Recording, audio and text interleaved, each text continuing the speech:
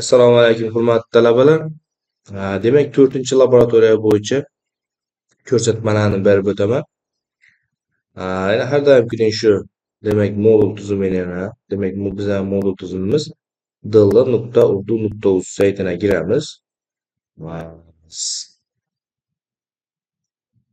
saytiga girsak, demak, endi shu yerda fizika 1-2 masofaviy 2025 ATT birinchi semestr degan demak kurs chiqishi kerak. Agar chiqmasa, poyezdan demak shu kursni qidiramiz. Endi demak kursimizni ichiga girsak, demak bu yerda bir nechta qismlardan iborat bo'ladi. Bugun demak sizlar bilan 4-laboratoriyamizni demak ko'rib chiqamiz. 4-laboratoriya yuqoridagi 3 laboratoriyaga o'xshab 3 ta qismdan iborat bo'ladi. Birinchi demak nazariy qismi. Nazariy qismiga kirsak, bizda demak shunday laboratoriya ishi kelib chiqadi. Demak 4-laboratoriya ishimiz suyuqliklarning ichki ishqalanish koeffitsiyentini Stokes usuli bilan topish laboratoriya ishi. Demak, bu bo'yicha konspekt qilamiz, nazariy ma'lumotlarni o'qib o'rganamiz. Va bizada demak oxirida ishchi formulamiz kelib chiqadi. Demak, mana shu formula bizada demak ishchi formula hisoblanadi. Shu demak ishchi formulamiz yordamida biz hisob-kitoblarimizni amalga oshiramiz.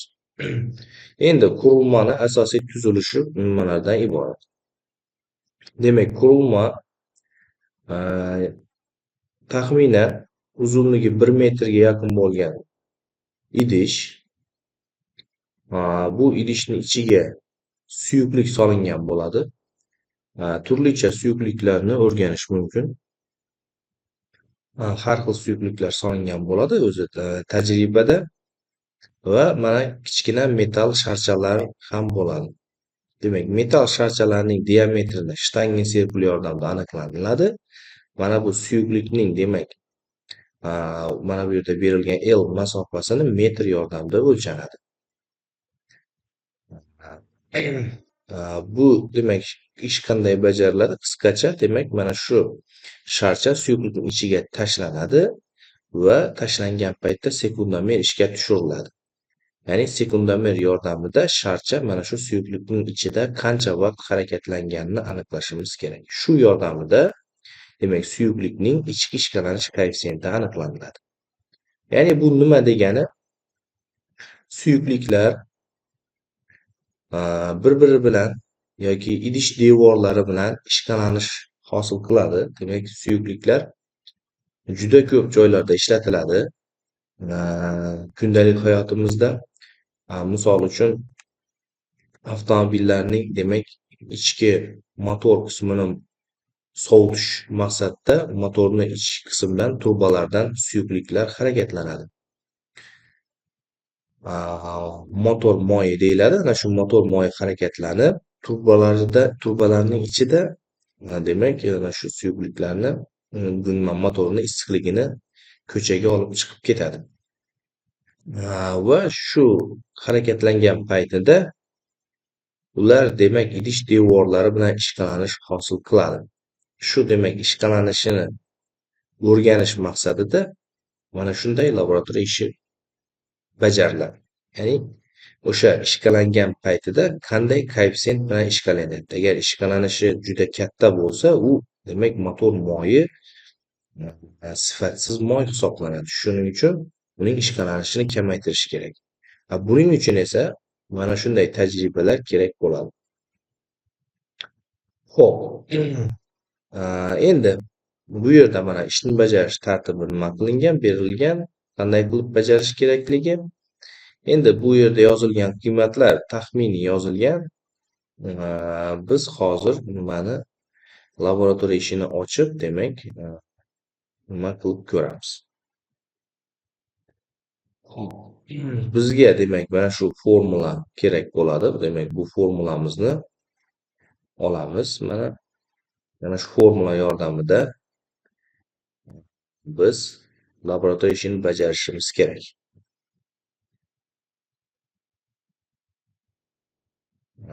Endi bu yerdagi kattaliklar bilan tanishtirsak, demak, rho deganimiz bu sharchaning zichligi, sharcha materialining zichligi, sharcha materiali misol uchun sharcha temirdan bo'lishi mumkin yoki misdan bo'lishi mumkin. Xullas, mana shu sharcha materialining zichligi, qattiq jism bo'ladi. Bu esa suyuqlikning zichligi rho s suyuqlikning zichligi bo'ladi. J deganimiz demak bu erkin tushish tezlanishi 9.81 ga teng. Demak, D deganimiz bu sharchaning diametri, T demak vaqt, sharchaning demak suyuqlik ichidagi harakatlanish vaqti, 18 o'zi son, demak L deganimiz biz bu yerda ana shu o'lchaydigan, mana bu yerdagi demak o'lchaydigan biz sharchaning harakatlangan masofasi hisoblanadi. Buni metr yordamida tajribada o'lchaniladi. Xo'p, endi bu bo'yicha qisqacha konspekt qilganimizdan keyin orqaga qaytamiz va ikkinchi qismga o'tamiz. Mana 4-chi virtual laboratoriyani bajarish uchun havolaga o'tamiz. Mana shu yerda havola kelib chiqadi. efizika.ru mana ko'rib turganlaringizdek mana shunday nima kelib chiqadi bizda. Endi bu yerda mana uzunlik, masofa h bilan belgilangan. H demak 0.6 metr ekan. Mana bu yerda ham ko'rishimiz mumkin. 600 mm deb qo'yibdi. Demak, mana 0 dan tepaga qarab darajalangan 600 mm ekan suyuqlikning uzunligi. Bu demak metrga o'tsak 100 ga bo'lamiz, 0.6 metr bo'ladi. Xo'p. Endi mana bu R deb qo'ygani bu demak sharchani radiusi, demak sharchani radiusi 1 mm deb tanlab oldik. Xohlasak buni o'zgartirishimiz ham mumkin. Mana xohlasak oshirishimiz yoki kamaytirishimiz mumkin. Hozircha demak 1 mm qilib turamiz. Mana 1 mm ekan. Demak, rho sharchaning zichligi mana rho deb qo'ygan. Bu rho degan sharchaning zichligi bu demak 5000 qilib tanlangan. Xohlasak buni ham o'zgartirishimiz mumkin. O'zgartirish mumkin. Biz 5000 ni 5000 da qo'yamiz. Mana o'rtacha. Endi rho deyilgan, mana rho jidkis, ya'ni suyuqlikning zichligi. Endi bu glitserin, mana bu yerda tanlangan suyuqlik, mana исследуемая жидкость deb qo'yilgan. Mana bu yerda glitserin, xohlasak neftni tanlashimiz mumkin. Mana neftni tanlasak, mana zichlik o'zgardi. Neftni zichligi 845. Yoki bo'lmasa maslo Kastorovani tanlash mumkin. Mana 960 yoki masla mishennoyni tanlash mumkin yoki masla olivkoyni tanlash mumkin. Endi biz misol uchun glitserinni o'rganib ko'ramiz. Mana glitserin qancha? Mana bu katta R, bu mana bu idishning diametri. Idishning diametri 3 sm ga teng ekan. Pastda h deb berilgan, bu yana takroran berilgan. Bu demak mana shu suyuqlikning balandligi. Endi demak biz berilganlarni yozib olamiz. Bizga nimalar berilgan? Xo'p, bizga h emas, bizda bu formulada L deb berilgan. Mana L demak bizda L deganimiz demak belgilab olamiz. Mana L deganimiz bizda nimaga teng ekan? L deganimiz demak 0.6 metrga teng ekan. Xo'p, endi sharchaning radiusi berilgan 2 mm. Bizda formulada uning diametri. Demak, diametr degani bu 2 radiusga teng bo'ladi. Demak, bu bizda 1 mm bo'lsa, u demak 2 mm deb yozishimiz kerak. 2 mm. Endi buni ham metrga o'tib olamiz. 2 ko'paygan 10 darajasi -3 metr bo'ladi. Milli 10 ustida -3 bo'ladi. Endi mana bu yerda sharchani zichligi berilgan. Biz sharchani zichligini prosta rho deb belgilaganmiz. Demak, rho deganimiz bu sharchaning zichligi. Biz uni 5000 qilib tanlab oldik. Mana 5000 ga teng. 5000 kilogramm taqsim metr kub. Xo'p, endi roj jidkis suyuqlikning zichligi. Demak, biz uni rho s deb belgilaganmiz. Bu demak 1260 ga teng ekan glitserin uchun 1260 kilogramm tassa metr kub bo'ladi. Xo'p, mana bu demak katta yer bizga kerak emas. H ni уже yozdik, demak hammasini yozdik. Endi biz vaqtni aniqlasak bo'ldi. Buning uchun nima qilamiz? Mana bu yerda pust tugmasini bosamiz. Pust tugmasini bossak, уже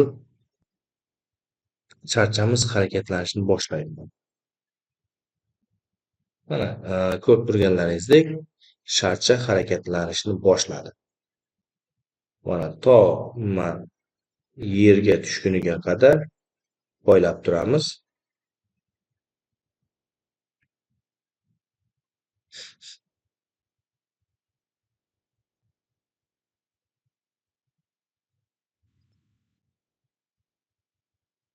Mana deyarli yarmisiga kelib qoldi.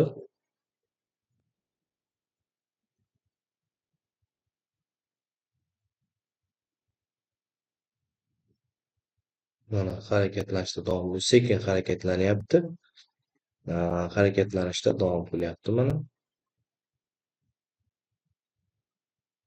Agar sharchamizning radiusini kattalashtirsak, bu tezroq harakatlanishni boshlaydi, chunki sharchamiz og'irlashadi.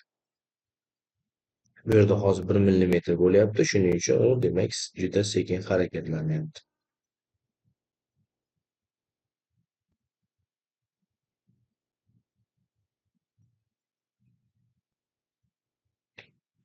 Hozir demak yerga urilgandan keyin to'xtash, sekunddan beri to'xtashi kerak.